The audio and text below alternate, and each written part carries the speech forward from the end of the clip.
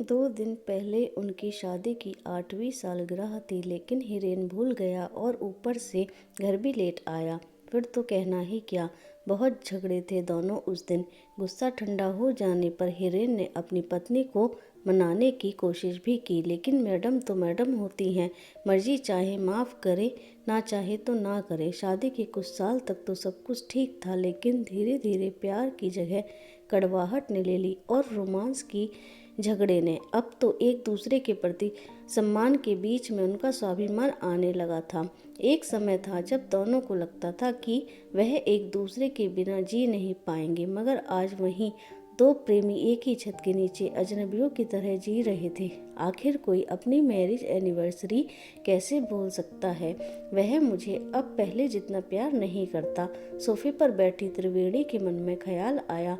वह अपने पति से इतनी नाराज थी कि पिछले 2 दिन से उससे ठीक से बात भी नहीं कर रही थी। तभी दरवाजे की घंटी बजी। उसने जाकर दरवाज़ा खोला। सामने बारिश में भीगा हुआ हिरेन खड़ा था। हाथों में फूलों का गुलदस्ता था और चेहरे पे मुस्कान, लेकिन त्रिवेणी अभी भी माफ़ करने के मूड में नहीं थी। उसने गुलदस्ते को नीचे फेंक दिया और फिर से झगड़ने लगी। तुम्हें क्या लगता है इस तरह से मुझे गुलदस्ता देने से मैं बात को भूल जाऊंगी?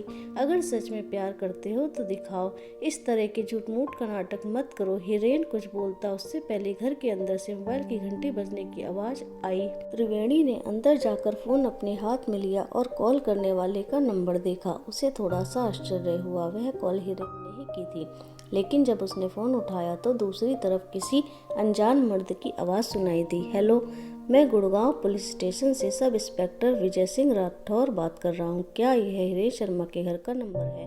जी हाँ, कोई प्रॉब्लम है? मुझे खेद है, लेकिन एक दुर्घटना हुई है जिसमें एक आदमी की मृत्यु हो गई है। हमें उसकी जेब से एक वॉलेट और एक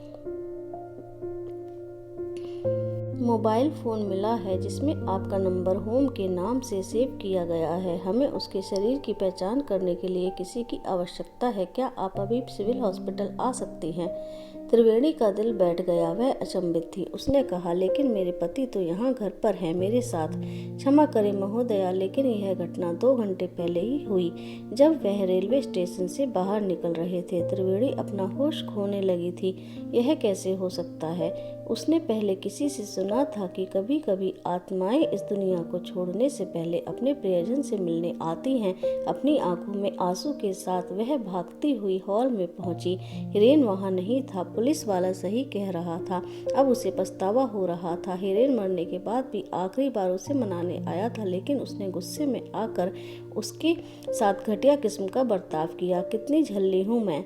वह रोती हुई फर्श पर बैठ गई।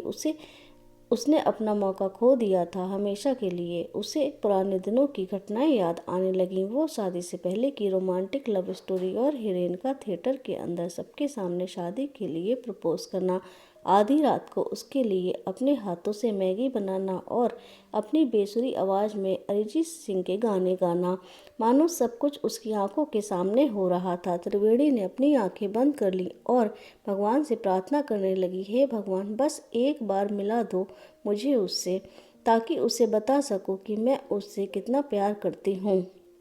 तभी अचानक बाथरूम में से आहट सुनाई दी। दरवाज़ा खुला। हिरेन बाहर आया और बोला, स्वीट हार्ट, मैं तुम्हें बताना भूल गया कि आज शाम को ट्रेन में आते वक्त मेरा वॉलेट और मोबाइल चोरी हो गया है। त्रिवेणी दौड़ती हुई उसके पास गई और गले लिपट गई। सीख, कभी कभी हम एक पल के मूल्य को तब तक नहीं जान पाते जब तक कि वह गुजर नहीं जाता। अक्सर हम अपने प्रियजनों के साथ ऐसा बर्ताव करते हैं जैसा हम अनजान लोगों से भी नहीं करते। जरा सोचिए, अगर आपको पता हो कि आप अपने प्रियजन से आखिरी बार मिल रहे हैं तो क्या आप उसके साथ बुरा बर्ताव करेंगे? यह तो सिर्फ एक काल्पनिक कहानी थी, परंतु जीवन आपको दूसरा मौका नहीं देगा, इसीलिए उस एक मौके को अपने हाथ से फिसलने मत दें। और चूंकि यह कोई नहीं जानता कि वह आखिरी पल कब आएगा, इसीलिए अपने प्रियजनों के साथ हमेशा ऐसा व्यवहार करें मानो आप उनसे आखिरी बार मिल रहे हों।